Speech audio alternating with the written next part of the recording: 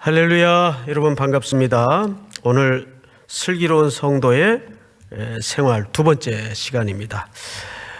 우리 본문으로 들어가기에 앞서 지난주 첫 번째 시간 성도의 슬기로운 생활의 주제가 뭐였죠? 뱀같이 지혜롭고 비둘기같이 순결하라.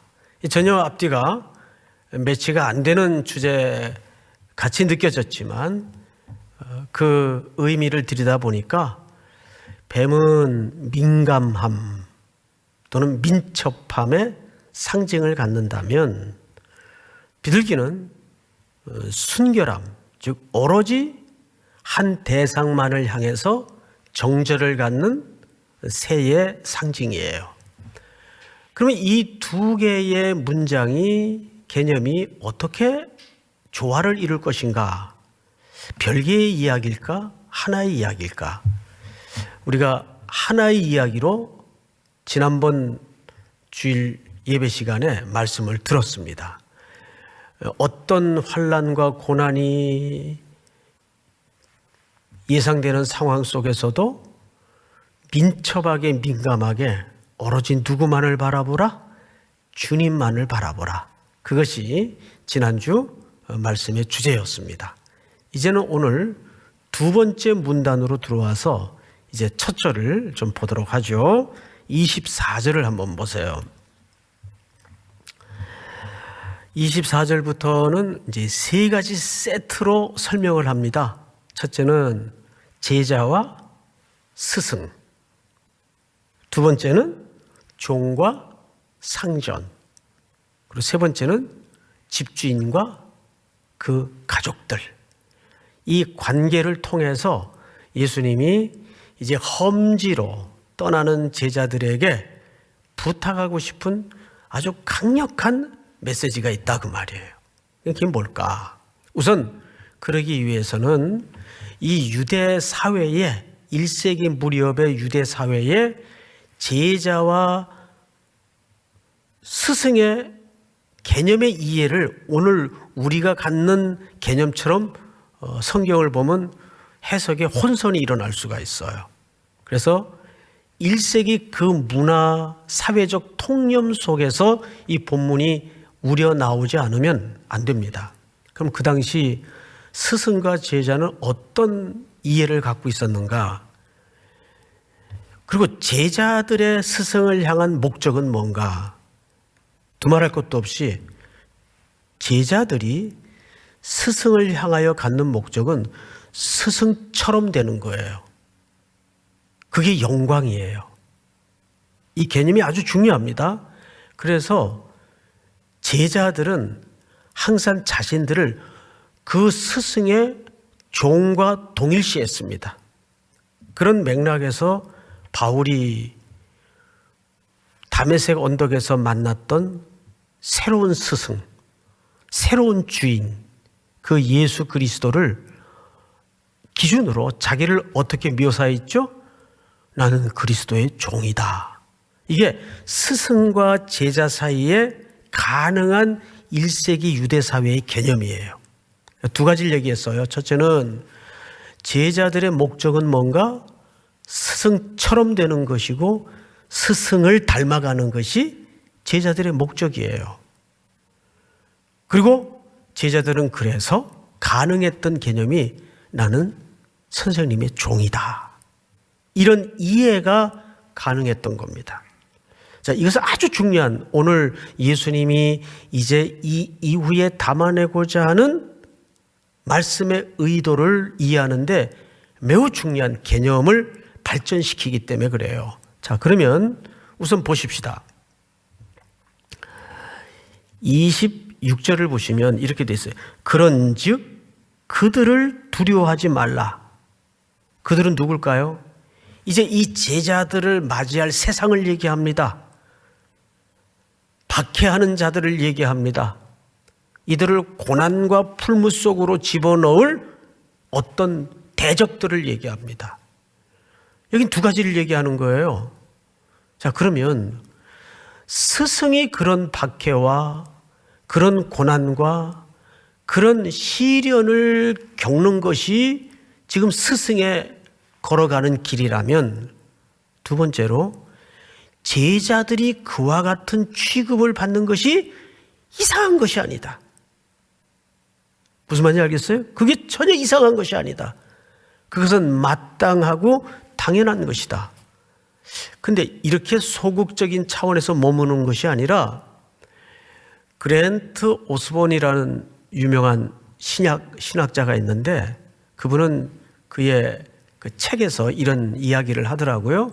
자기는 정기적으로 학생들에게 고린도후서 11장서부터 그 본문을 정기적으로 읽힌대요. 뭘 잊어버리지 않도록 하기 위해서. 자, 그 부분을 한번 띄워주세요. 이것이 사도 바울의 자랑입니다. 내가 다시 말하노니 누구든지 나를 어리석은 자로 여기지 말라. 만일 그러하더라도 내가 조금 자랑할 수 있도록 어리석은 자로 받으라. 이제부터 내가 어리석은 자로 취급되더라도 내가 좀 자랑할 게 있다. 바울의 자랑이 뭘까? 다음 절.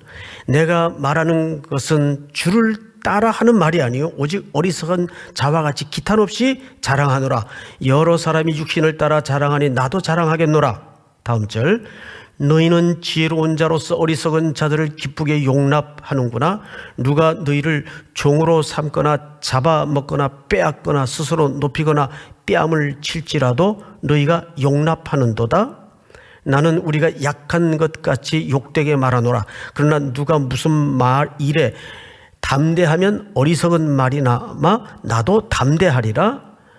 그들이 히브리인이냐 나도 그러하며, 그들이 이스라엘이냐 나도 그러하며, 그들이 아브라함의 후손이냐 나도 그러하며, 그들이 그리스도의 일꾼이냐 정신없는 말을 하거니와 나도 더욱 그러하도다.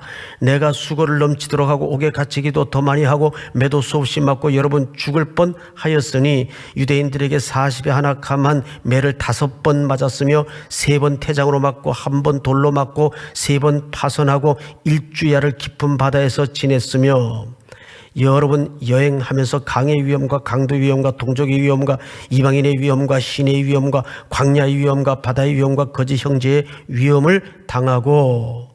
다 같이 시작. 또 수고하며 애쓰고 여러 번 자지 못하고 줄이며 목마르고 여러 번 굶고 춥고 헐벗었노라. 여러분, 뒤에 더 많은 고난의 항목들이 열거돼요. 33절까지. 시간 관계상 여기서 끊지만, 이걸 뭘로 지금 사도 바울이 말하고 있어요? 그리스도 때문에 당한 자랑으로 소개하고 있어요. 왜 이런 표현과 이런 기록들이 자랑스럽게 가능했을까요? 제자는 종이에요. 제자의 목적은 스승처럼 되는 게 최고의 영광이에요. 믿습니까? 그래서 예수님이 이 제자들을 고난과 환난과 박해가 기다리는 세상을 향해 보내면서 그런 일이 있을 것이다. 그러니까 너희들이 단순히 각오해라, 이런 소극적인 차원에서 설명하는 것이 아니라, 그런 일이 부딪히거든 그것을 자랑과 영광으로 여기라. 더 적극적으로 소개하고 싶었던 거예요. 그 다음에 성경을 보세요. 오늘 26절에 보니까 그런즉 그들을 두려워하지 말라. 근데 오늘 두려워하지 말라는 말이 사실은 큰 밑바닥에 깔린 기초입니다. 3번 나와요. 두려워하지 말라는 말이 어디 등장을 하는가? 또 몇 절을 보시냐면 28절을 보세요. 몸은 죽여도 영혼은 능히 죽이지 못하는 자들을 두려워하지 말고, 이렇게 되어 있죠. 또 건너가서 31절. 두려워하지 말라. 너희는 많은 참새보다 귀하니라. 여러분, 이 짧은 문단 안에 두려워하지 말라는 말이 무려 몇 번 기록되어 있죠? 3차례 기록되어 있어요. 3차례. 그런데 3차례는 두려워하지 말라라고 명령을 했고, 한 차례는 두려워하라고 명령을 했어요. 두려워하라는 말이 어디 또 나오나 보니까 28절에 보세요. 28절을 한번 같이 읽어볼까요? 전체가 시작. 몸은 죽여도 영혼은 능히 죽이지 못하는 자들을 두려워하지 말고 오직 몸과 영혼을 능히 지옥에 멸하실 수 있는 이를 두려워하라. 누구를 두려워하라는 거예요? 몸과 영혼을 능히 멸하실 수 있는 하나님을 두려워하라는 거예요. 우리 주변의 삶을 조여오고 압박하고 박해하고 비난하는 그런 무리들의 시선과 물리적인 공격을 두려워할 필요 없다. 이 3번 거듭 강조를 해요. 오히려 우리가 두려워해야 될 것은 몸과 영혼의 주권자이신, 그걸 멸할 수도 있고 일으킬 수 있는 하나님을 두려워해라. 그러면 이 이야기의 첫 번째 진의가 뭐냐 하면 방금 말씀드린 것처럼 종은, 또 다른 표현으로는 제자는, 그리고 우리가 예수님의 집에 그 가족이라면 당연히 스승을 닮는 것이 영광이어야 되고 스승처럼 되는 것이 자랑이어야 된다 그 말이죠. 그래서 고린도후서 11장에서 우리가 바울의 참된 자랑의 항목들을 보았어요. 바울이 그거 자기 의를 드러내기 위해 열거한 게 아니에요. 바울의 그 기록의 참된 목적과 진의는 내가 참 자랑스럽다. 누구처럼 살 수 있어서, 누구처럼 걸어갈 수 있어서 나의 스승이신, 나의 주인이신 종이 그리스도처럼 걸어갈 수 있어서, 그리스도처럼 살 수 있어서, 이것이 사도 바울의 자랑이었고 오늘 누구의 자랑이어야 합니까? 우리들의 자랑이어야 됩니다. 근데 어쩌다가 우리의 자랑은 세상이들이 흔들고 자랑하는 것과 똑같은 조건과 기초를 가지고 자랑한다는데 이 땅에 기독교인들의 교회에 슬픔이 있어요. 그것은 우리가 자랑할 게 아니에요. 우리의 자랑은 그리스도처럼 되는 거예요. 그리스도를 닮아가는 거예요. 그리스도처럼 능력받고, 그리스도처럼 고난받고, 그리스도처럼 박해받고, 그 삶의 길에 내 걸음이 얹어져 있다면 우리는 자랑해야 돼요. 할렐루야. 두 번째 성경을 좀 보십시다. 27절을 보니까 내가 너희에게 어두운 데서 이르는 것을 광명한 데서 말하며 너희가 귓속말로 듣는 것을 집 위에서 전파하라. 이 좀 많은 은유적 표현이 담아져 있기 때문에 이게 이제 무슨 말인지 좀 독자들의 입장에서는 한번 읽고 들어가지고는 잘 이해가 안 될 때가 있어요.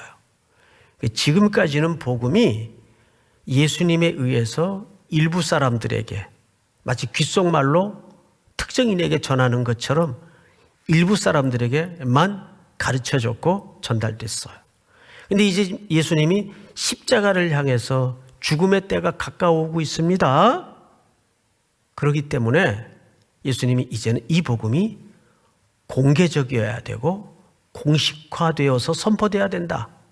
당시 유대인들은 마을이라는 공동체 삶이 생활의 기초단위였기 때문에 어떤 마을의 주민들에게 공지해야 될 상황이 발생하면 유대인들의 그 특유의 평평한 지붕, 바깥으로 난 계단으로 올라가서 그 평평한 지붕 위에 서서 공지해야 될 소식을 큰 소리로 외치곤 했습니다.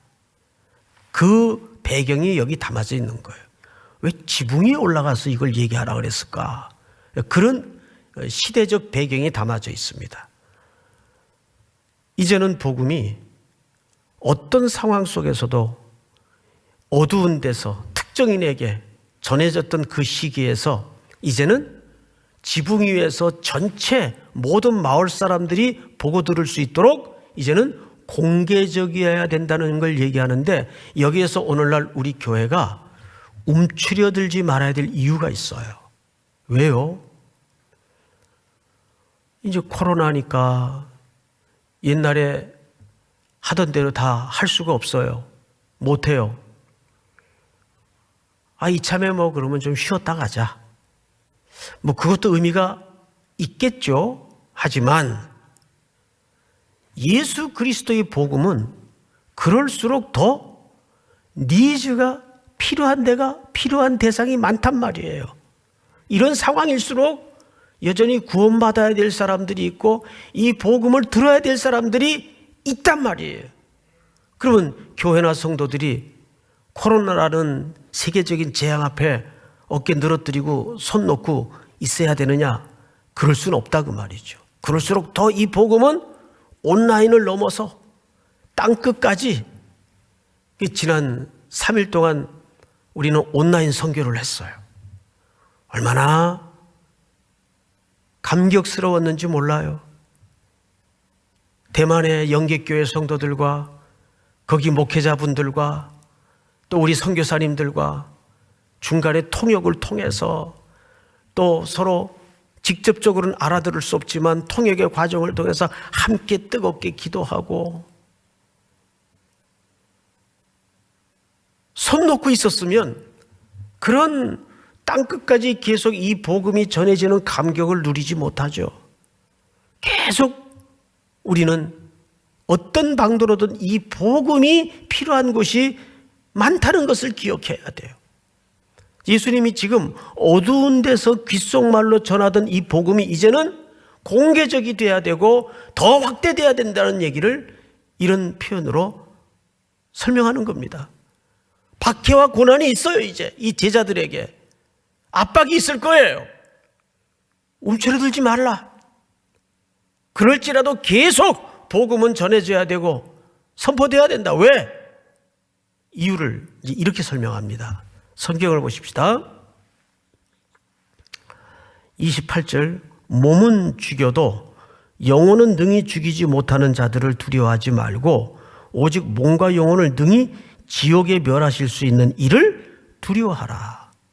예수님이 여기 지옥이라는 개념을 설명하시죠. 겟나라고 설명을 하는데 이거는 죽음의 골짜기라는 구약의 표현입니다. 겟나, 이 지옥이에요. 어떤 사람들은 또 일부 유명한 한국교회에 많은 영향을 끼쳤던 복음주의 입장에서 서 있는 신학자들도 일부는 지옥은 사실 없다 그래요. 하나님의 성품상. 근데 여러분, 예수님이 지옥을 얘기했습니까? 안 했습니까? 곳곳에 지옥을 얘기합니다. 오늘은 주제가 지옥이 아니기 때문에 그 레퍼런스 구절을 우리가 다 소개할 수는 없지만 여러 군데서 지옥의 리얼한 표현을 예수님이 사용하세요. 대표적인 예로 마태복음 5장 8절에 보면 그런 유사한 표현을 쓰세요. 어떤 신학자는 아주 단순하게 누군가로부터 질문을 받았어요. 당신은 예수를 왜 믿습니까? 난 지옥 가기 싫어서 믿습니다. 굉장히 수준이 낮은 대답 같아 들려집니까? 아닙니다. 그거보다 우리가 복음을 듣고 예수로부터 구원을 얻어야 될 이유를 정확하게 설명한 대답은 없어요. 지옥은 존재합니다. 그렇다면 오늘 이 말씀이 갖는 진의가 뭘까요? 왜 우리는 그 재난과 압박과 시련과 고난이 덤벼드는데도 물러서지 말고 움츠러들지 말고 복음을 선포해야 될까요? 이 땅에 내 주변에 지금 이 기회와 이 시간을 놓치면 두 번 다시 복음을 들을 수 없고 복음을 전할 수 없는 위기와 절박함에 놓여 있는 성도들이 많단 말이에요. 교회의 가장 궁극적인 본질은 복음의 긴박성입니다. 제가 오래전에 보았던 그 의학 드라마인데 지금도 강력하게 제 가슴에 꽂혀 있는 대사 한마디가 있어요. 위급한 환자가 떠밀려 들어왔습니다. 그러자 그 닥터 김사부라는 분이 그를 일반 그냥 수술실도 아니고 일반 베드에 눕혀놓고 그냥 그 사복을 입힌 채 옷을 다 찢어가지고 환부를 열어서 수술을 메스를 들이댑니다. 기본적인 도구만 가지고. 그걸 바라본 전국의 수석을 찍고 이제 막 병원에 들어온 지 얼마 안 되는 젊은 닥터 하나가 그냥 소리를 지르고 지적을 해요. 이건 의료법 위반입니다. 당신 의사 맞습니까? 그러자 그 닥터가 김사부라는 의사가 이런 얘기를 해요. 고발할 테면 해. 난 그런 거 몰라. 내 영역 안에서 내가 아는 단어 하나는 살려야 돼. 살려. 이 단어 외에는 난 몰라. 나머지는 그 다음 얘기야.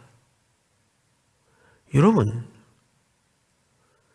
그것만큼 우리가 적용하자면 교회의 본질을 잘 설명한 표현은 없어요. 교회가 뭐냐? 살리는 곳이에요. 나머지 모든 규칙, 모든 전통 다 그 다음 얘기예요. 지금도 지옥구덩이를 향해서 죽어가고 달려가고 있는데도 영적으로 죽어 있으니까 그런 줄도 모른 채 저 낭떠러지를 향해서 그냥 걸어가는 수많은 무리들, 뒤에 사람 떠밀려 계속 떨어지고 있는데 교회가 한가하게 팔짱 끼고 아이 코로나 하니까 그냥 좀 쉬었다 가자. 아니요. 교회가 그 긴박성을 잊어버렸어요. 글로 가면 안 돼! 소리라도 쳐야 될 거 아니에요. 에? 교회가 지금 어떤 전선에 서 있는가를 잊어버리면 교회는 교회가 아니에요. 그래서 일부 때도 우리가 했는데 우리 줌으로 예배드리는 성도님들 저를 따라서 두 주먹 불끈 쥐고 살려야 돼! 살려야 돼. 예, 잘하셨어요. 한 분이 지금 안 하시는 것 같아요, 지금. 예, 다 하셨겠죠? 손 밑에서 다 했어요, 지금. 교회는 우리의 모든 삶의 본질은 살려야 되는 거예요. 할렐루야! 자, 마지막으로 우리 성경을 보십시다. 29절. 참새 2마리가 한 아사리온에 팔리지 않느냐? 이런 참새 2마리가 얼마에 팔려요? 한 아사리온. 그러면 참새 한 마리 값이 반 아사리온이에요. 근데 이 단위가 얼마나 작은 단위인가 하면 보통 노동자들이 하루 노동하는 품삯이 1데나리온입니다. 그러면 1아사리온은 1데나리온의 16분의 1에 해당하는 값이에요. 16분의 1이면 어느 정도 노동의 가치인가 하면 시급 단위에 해당하는 노동의 가치예요. 1시간당 얼마, 몇천 원, 요 정도.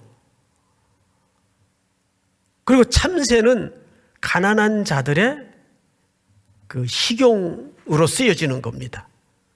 그러니까 여기 아사리온이든지 참새든지 가장 적은 또는 작은 단위를 설명하는 방식이에요.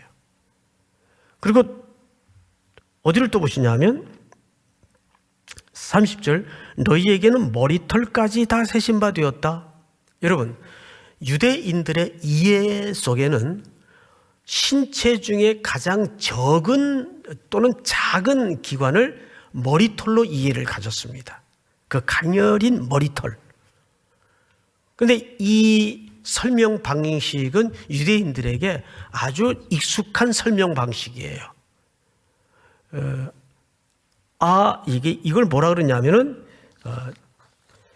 아포르티오 설명 방식.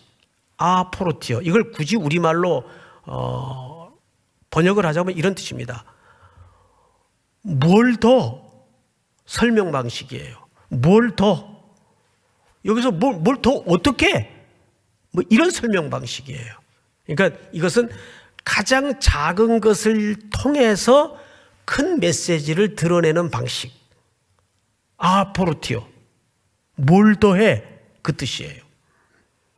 그러면 이 두 가지 실예를 통해서 예수님이 말하고자 하는 진짜 의도를 우리가 좀 살펴야 될 텐데, 다시 보십시다. 참새 두 마리가 한 아사리온에 팔리지 않느냐? 그러나 너희 아버지께서 허락하지 아니하시면 그 하나도 땅에 떨어지지 아니하니라. 여기에서 드러내는 진짜 메시지는 아버지라는 개념이에요. 아버지. 이 아버지는 너희에게 아버지가 되지 않느냐. 가장 작은 단위인 피조물인 미물인 새도 하나님의 허락 없이는 땅에 그냥 떨어지는 법이 없다. 그들의 목숨도 하나님이 주관하시는 분이시다. 그런데 아들 독생자 예수 그리스도를 통해서 너희를 값주고 산 아버지께서 이 박해와 재난과 재앙과 수많은 위협이 도사리는 길목에 너희들을 붙잡아 주지 않겠느냐, 보호하지 않겠느냐, 그 얘기를 하는 거예요. 그런데 여기에 우리가 착시 현상을 일으켜서는 안 되는 묵상 과정이 있습니다. 그게 뭐냐면, 근데 어디에도 그래서 원수를 때려잡을 것이고 너희들을 건져낼 것이고 이런 설명이 없어요. 그 사명과 그 길을 잘 감당할 수 있도록 지켜주시겠다는 약속이지 그 위경과 위험으로부터 건져내겠다는 얘기가 아니에요. 그것이 사도 바울의 자랑의 이유였어요. 바울은 예수님처럼 자기가 매맞고 고난당하고 굶고 박해 속에 이 선교의 여정을 걸어가는 것이 자랑스러웠어요. 그것이 위대한 사도의 진짜 자랑의 모습이었어요. 과연 저와 여러분들의 자랑은 무엇이 자랑입니까? 이번에 어디 아파트 샀더니 더블로 올랐어. 아이고, 이런 걸 자랑으로 삼고 살면 그거 기독교인이라고 할 수 있겠어요? 투기해서 돈 번 걸 가지고 자랑 삼으면, 그걸 은혜 받았다고 복 받았다고 간증하고 돌아다니면 글쎄요, 그 사람의 성경과는 다시 한번 들여다봐야 되지 않을까. 여기서 성경을 잘 보십시다. 마지막으로 32절. 누구든지 사람 앞에서 나를 시인하면 나도 하늘에 계신 내 아버지 앞에서 그를 시인할 것이요. 여기 시인이라는 말이 등장을 해요. 이건 단순히 confession, 고백이 아니에요. 고백이 아니에요. 이것은 내 종합적인 모든 삶 속에서 증명해내는 것들입니다. 내 모든 생활 속에서 그게 실증적으로 드러나는 자리까지를 시인이라고 얘기합니다. 그러니까 입술로만 고백하는 그 고백을 얘기하는 게 아니에요. 그것이 손해가 되더라도, 그것이 박해를 받는 결과를 가져오더라도 내가 주님의 명령에 서 있다는 것을 실증적으로 드러내야 돼요. 여러분, 우리 식구들 중에 자녀들이 제일 무서워요. 자녀들이. 엄마가 권사 타이틀은 갖고 있고 집사 타이틀은 갖고 있는데 돈 앞에 꼼짝 못한다는 걸 누가 제일 잘 아냐면 하나님 다음으로 애들이 제일 잘 알아요. 왜? 엄마의 생활 속에 알게 모르게 녹여져 나오는 모든 것들을 다 젖으며 자라기 때문에 그래서 무서운 거예요. 우리 엄마는 말은 저래도 돈 앞엔 꼼짝 못해. 이 슬픈 거죠. 그건 시인하는 삶이 아니에요.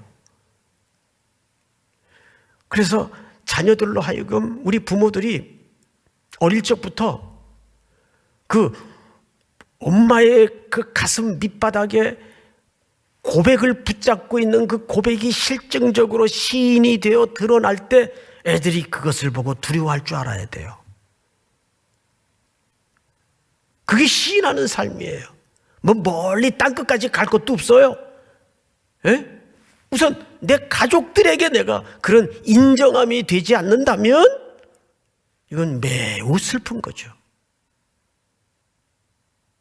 손해가 되더라도, 팔다리가 잘려나가더라도, 지금 이 시대는 이 제자들이 보내야 될 세상은 예수님 생각에 무시무시한 박해와 재난과 재앙과 고난이 기다리고 있는 시간이에요. 그러나 두려워하지 마라. 두려워하지 마라. 그것이 너희의 자랑이 되어야 되고 너희의 영광이 되어야 될 것이다. 그 얘기를 하는 거예요. 그리고 그 길 가운데 나는 너희들을 홀로 겪지 않도록 둘 것이다. 반드시 지킬 것이고 그 길을 완수할 때까지 함께 할 것이다. 우리가 이해하는 기독교였으면 겟세마네 동산에서 예수님이 아버지요, 할 수만 있다면 이 잔을 내게서 옮겨 주시옵소서. 그래 알았다. 그렇게 힘드는구나 하고 치워주셨을 거예요. 그런데 그 기도를 천군 천사를 동원하시어 힘써 도와주세요. 그 잔을 잘 마실 수 있도록 그 얘기를 하는 겁니다.